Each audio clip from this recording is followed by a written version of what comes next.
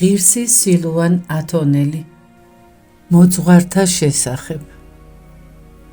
ერთხელ დიდ მარხვაში მწუხრზე ძველ რუსიკში ერთ მონაზონს უფალმა უჩვენა მღვდელ მონაზონი აბრაამი ქრისტეს სახით. ბერი ოლარით იდგა და აღსარებებს იღებდა.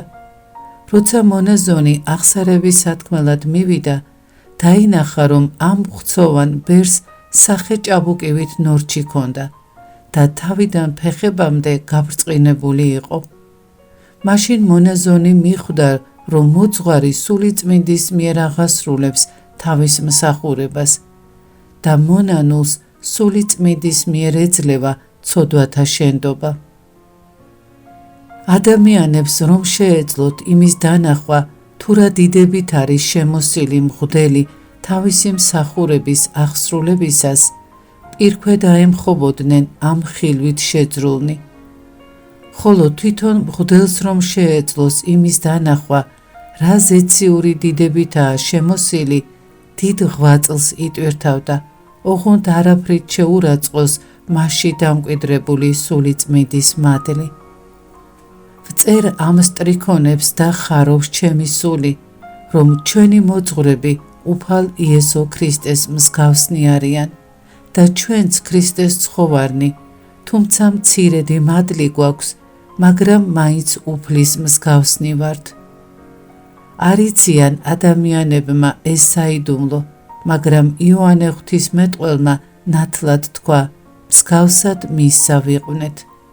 არა მარტო სიკვდილის შემდეგ, არამედ აქაც მიწაზე. რამე თუ უფალმა მოგცა სული წმიდა და იგი მყოფობს ჩვენს ეკლესიაში, ის მყოფობს უმანკო მწყემსებში, ის მყოფობს მორწმუნეთა გულებში, ის ასწავლის სულს ღვაწლს, ის გვაძლევს ქრისტეს მცნებების შესრულების ძალას, გვიძღვის ჭეშმარიტებასა ყოველსა. მან შეამკო კაცი ისე, რომ იგი უფალს მიემსგავსა.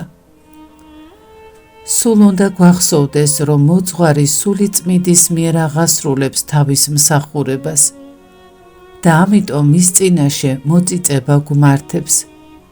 გწამდეთ ძმებო, თქვათ კაცი კვდება და მოძღვარი მასთანაა. თუ მომაკვდავი ეტყვის მას, წმინდაო მამაო, მაკურთხე რათა ვიხილო უფალი ზეცათა სასუფეველში და მოძღვარი უპასუხებს, წადი შვილო და იხილე უფალი. ისე იქნება, როგორც მოძღვარმა აკურთხა, რადგან სული წმინდა ერთია ზეცაშიც და ქვეყანაზეც. დიდი ძალა აქვს მოძღვრის ლოცვას. ბევრი განსაცდელი დავითმინე ეშმაკებისგან ჩემი ამპარტავნების გამო, მაგრამ უფალმა დამამდაბლა და შემიწყალა მოძღვრის ლოცვით. უფალმა გამომიცხადა, რომ მოძღვრებში სული წმინდა მყოფობს, ამიტომ მათ დიდ პატივს ვცემ. მათი ლოცვით გვეძლევა სული წმინდის მადლი და უფლისმიერი სიხარული, რადგან ვუყვარვართ უფალს და ყველაფერი მოგცა სულის ცხონებისთვის. თუ ადამიანი ყველაფერს არ ეუბნება მოძღვარს, ის არასწორ გზას ადგას, რომელიც ცხონებამდე ვერ მიიყვანს. ხოლო ვინც ყველაფერს ეუბნება, პირდაპირი გზით მიდის ზეცათა სასუფევლისკენ. ერთმა მონაზონმა მკითხა, მითხარი რა ვქნა, რომ ცხოვრება გამოვასწორო. მას ბევრი თანაც უდროო დროს ჭამა უყვარდა. ვუპასუხე, ყოველ დღე ჩაიწერე რამდენი ჭამე და რა იფიქრე, საღამოს კი მოძღვარს მოუყევი. მან კი მომიგო, მე ეს არ შემიძლიაო.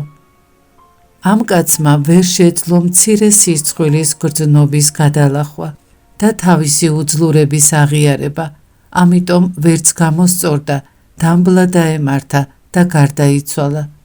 ღმერთმა შეუნდოს ჩვენს ძმას, ჩვენ კი დაგვიფაროს ამგვარი სიკვდილისგან. ვისაც სურს მოუკლებლად ლოცულობდეს, სიმტკიცე და სიბრძნე მართებს. ამასთან ყველაფერს სულიერ მამას უნდა ეკითხებოდეს. თუ მოძღვარს გამოცდილებით არ გაუვლია შინაგანი ლოცვის გზა, მაინც კითხე, შენი სიმდაბლისთვის უფალი შეგიწყალებს და და დაგიფარავს შეცდომებისგან. ხოლო თუ იფიქრებ, ჩემი მოძღვარი გამოუცდელია, ამ ქვეყნიურ ამაოებაშია ჩაფლული, ამიტომ მე თვითონ ვუხელმძღვანელებ საკუთარ თავს წიგნებითო, იცოდე მოლიპულ გზას ადგახარ და ხიბლიც ახლოსაა ჩასაფრებული. ბევრს ვიცნობ, ვინც ასე მოტყუდა და მოძღვრის უგულებელ ყოფის გამო ვერავითარ სულიერ წარმატებას ვერ მიაღწია. მათ დაივიწყეს, რომ საიდუმლოებებში სული წმიდის მადლი მოქმედებს, რომელიც ჩვენ გვაცხონებს. ასე აცდუნებს ეშმაკი მოღვაწეებს, რათა ლოცვაზე ხელი ააღებინონ. ხოლო როცა ჩვენი მწყემსების რჩევა დარიგებებს ვუჯერებთ, სული წმინდა განაბრძნობს სულს. მოძღვრის მეშვეობით საიდუმლოებებში სული წმინდის მადლი მოქმედებს, ამიტომ როცა მოძღვრისგან გამოდიხარ, შენი სული გრძნობს განახლებას, მშვიდობასა და მოყვასის სიყვარულს, ხოლო თუ მოძღვრისგან გამოდიხარ და სულში შფოთი გაქვს, ესე იგი შენი აღსარება არ იყოს სუფთა და თვითონ ვერ შეძელიც მისთვის ცოდვების მიტევება. მოძღვარს უნდა უხაროდეს, როცა უფალს მასთან ვინმე მოჰყავს სინანულისთვის. ღვთივ ბოძებული მადლით უნდა კურნავდეს მის სულს და ამისთვის უფლისგან დიდ წყალობას მიიღებს, როგორც თავის ცხოვართა კეთილი მწყემსი.